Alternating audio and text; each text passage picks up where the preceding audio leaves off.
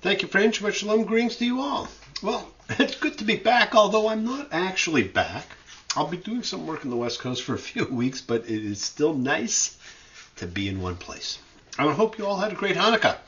The Festival of Light, and of course next week its twin will be held. And perhaps that is another case of the younger superseding the firstborn. Well, friends, we have a pretty amazing week. We do have a great Torah Parsha, one of the most poignant of all. And while we're getting ready for Christmas, we are in a solstice week, the darkest day of the year. And of course, the new Star Wars movie opens, and I am sure the Force will be very strong with that one. Now, during Rosh Hashanah, we talked about the 4 New Years that our sages make mention of, and I suggested the solstices and the equinoxes were those 4 key dates. And we talked about what some of them meant. This, of course, this week is Tekufat Tevet, the winter solstice. Now, though the rabbinic calendar was largely lunar, the rabbis did indeed prefer that the winter solstice of Tevet fell in Tevet, and the summer solstice of Tammuz fell in Tammuz. Now, this was one of the reasons for the elaborate system of long and short months and leap months, which balanced the lunar calendar with the solar year.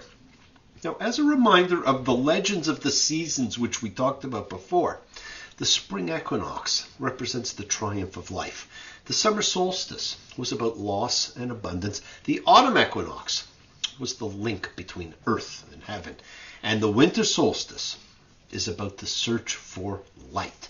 Now, we, of course, are celebrating the winter solstice, and it has many auspicious references. In Jubilee 7, in the days of Noah, the winter solstice is the day the peaks of the mountains become visible after the flood waters recede. Now, in the Babylonian Talmud, and you can find it in Avodah Zarah 8a, Adam and Eve become frightened as the winter solstice approaches, thinking the shortening of the days is a punishment. Now, interestingly, they fast for 8 days, and on the winter solstice, when the light grows, they celebrate for 8 days. And there is really only one other 8-day festival, funnily enough, around the same time, and when we just finished. Now, in the Machzor Vitri, a book history of halakha and liturgy, the winter solstice is the day Jephthah, a chieftain of Israel, sacrifices his daughter in fulfillment of a foolish battle vow. And in Otsar Midrashim tells us that on the winter solstice, Leviathan, a playmate of gods and a wise teacher of man, protects the creatures of the sea from their predators. On every winter solstice, he lifts his head and makes himself great and blows in the water and churns the sea and makes all the fish in the ocean afraid. His eyes, according to the Talmud, flash in the deep. Now, it would appear the winter solstice seems to have to do with sight or lack thereof. Mountains become visible to Noah. The patterns of nature become visible to Adam and Eve. Leviathan is associated with inner sight. Jephthah, on the other hand, is blind to his own wrongdoings. On the winter solstice, the sun's light begins to become stronger, and we too consider how to strengthen our vision. Now, for those of you who love to celebrate the changes in seasons, and we talked about how that is a great way to personalize your own spiritual observances, here is a prayer for marking the changes in seasons. And it's a blessing which can be recited over a cup of wine on the day of the equinox or solstice. Now, this prayer may also be recited along with a blessing over a scent related to the season. For example, flowers for spring, fruit for summer, leaves for fall, and pine boughs for winter. It's based on several different texts. The Havdalah ceremony, which divides Shabbat from the weekday, and is great for incorporating our senses. And prayer, my friends, should be a sensual experience. The blessing over equinoxes and solstices, which is found in the Babylonian Talmud in Berachot 59b. The traditional evening prayer, marking the transition between day and night. And the Torah text, in which the Holy One promises Noah that the seasons will continue as long as the earth endures, and that you can find in Genesis 8:22. Also, there's the blessing over the abundance of years found in the daily Amida prayer, recited to honor the Shekhinah, the imminent divine presence. Baruch atah Adonai, Eloheinu melech haolam, borei pri hagafen. Blessed are you, Adonai, our God, who divides the world creator of the fruit of the vine. Baruch at Shechina Eloheinu, Ruach HaOlam, Boreit Ishvei Atze Vesemim. Blessed are you, Shekhinah, our divinity who embodies the world, who creates fragrant plants and grasses. Blessed are you, Adonai, our God, who guides the world, who makes creation, whose wisdom changes the times and turns the season, as long as the days of the earth endure. Planting and harvest, cold and hot, summer and winter, day and night, shall not cease. Blessed are you, divine presence, who blesses the years. Now, and remember, friends, Judaism and all its prayers is based on intentions. And so we have to think about our intentions for the seasonal transitions. Kavanot letekufot. For the winter solstice, we are grateful before you, Eternal One, for you have brought us from darkness to light. And this can be found in the Midrash Bereshit 68:11. And intentions are very much what we will see in this week's Parsha. We're winding down the Joseph Chronicles, which means we're also winding down the book of Genesis. And this is the second last Parsha of Genesis, the only biblical book which truly can stand on its own as a book to read. Vayagesh, and he went over. Well, this is another Parsha whose title really has nothing to do with its content. The pretending is over. This is the great reveal. Oh, yes, I'm the great pretender, adrift in a world of my own. I play the game, but to my real shame, you've left me to dream all alone. The platters, and a real great description of Joseph. Now, this Parsha contains the great revelation of Joseph to his brothers, the effects of the drought years, and the descent of Jacob's entire family down from Canaan to Egypt, and perhaps, while the solstice represents the return of light, this story may represent the descent of darkness, as this begins the segue into the 400 years of confinement and degradation. And remember what the brothers said about the stolen silver goblet in Genesis 44:9. He of your servants with whom it will be found shall die, and what's more, we shall become slaves to our Lord. Well, was this but just another touch of foreshadowing? Now, the highlight of this Parsha is Genesis 45:1. The great reveal.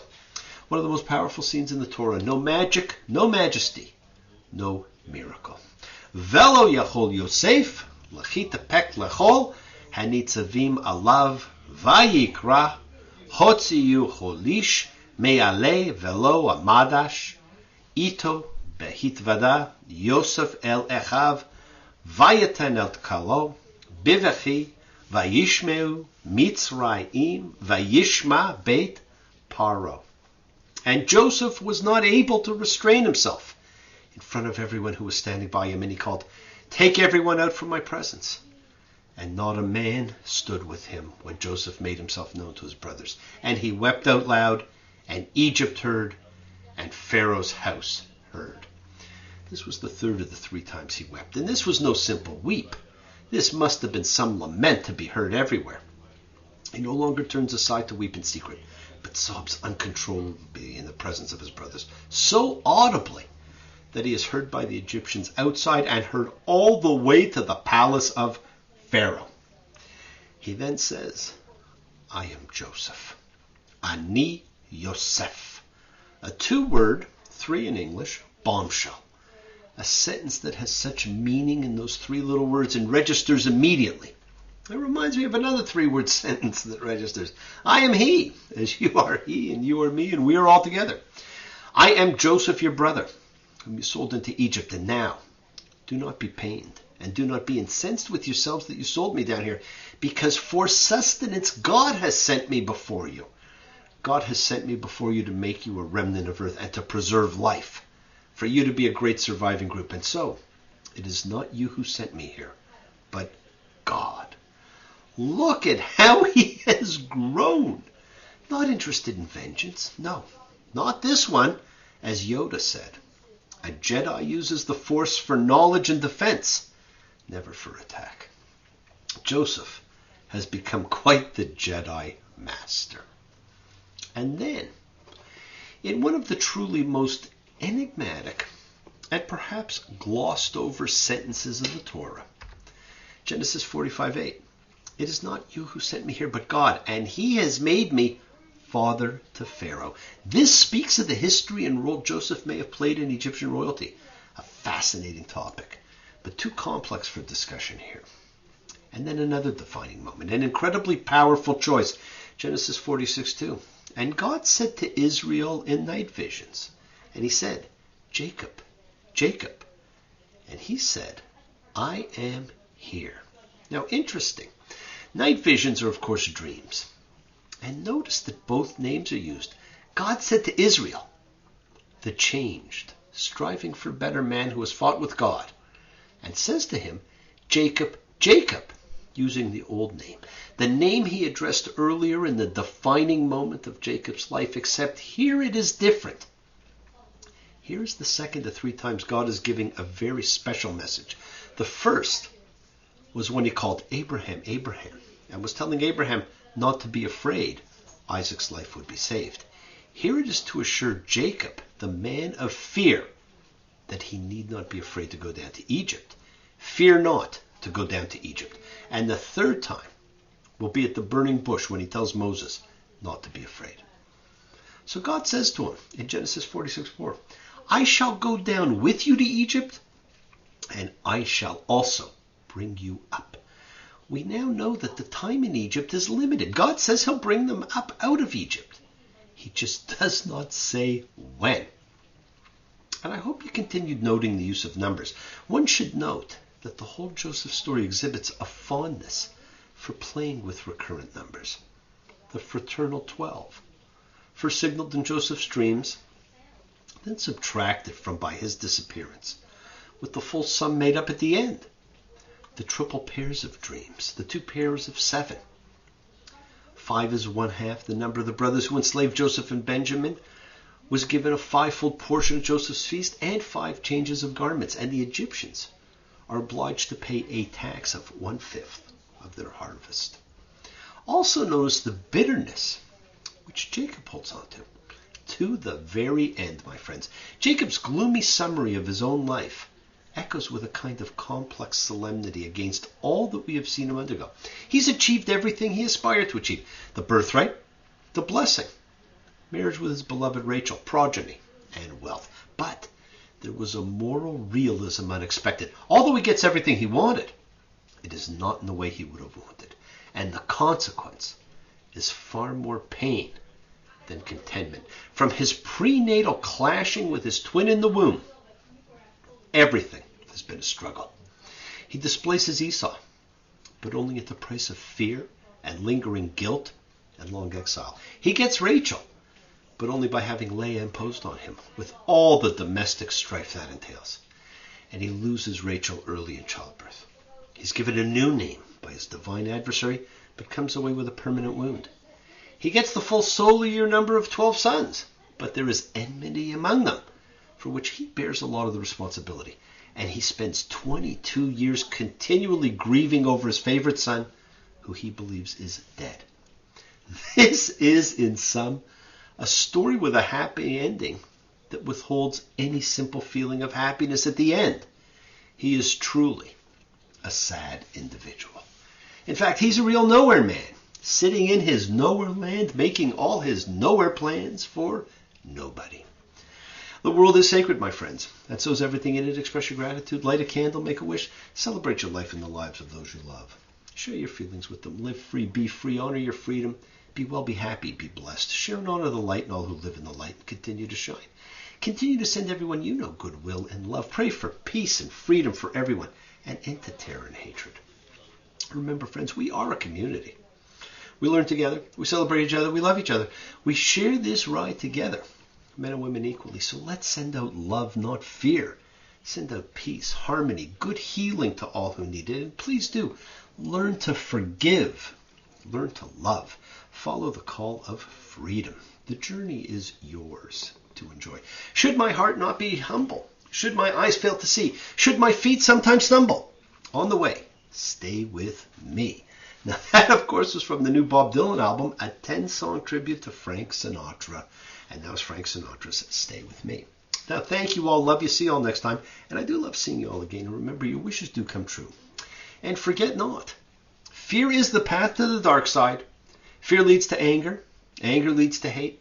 Hate leads to suffering. Thank you, Yoda. Bless you all. Have a fantastic week. A week of love and healing and thanks and peace.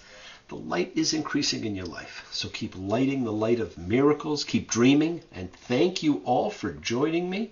Shabbat Shalom.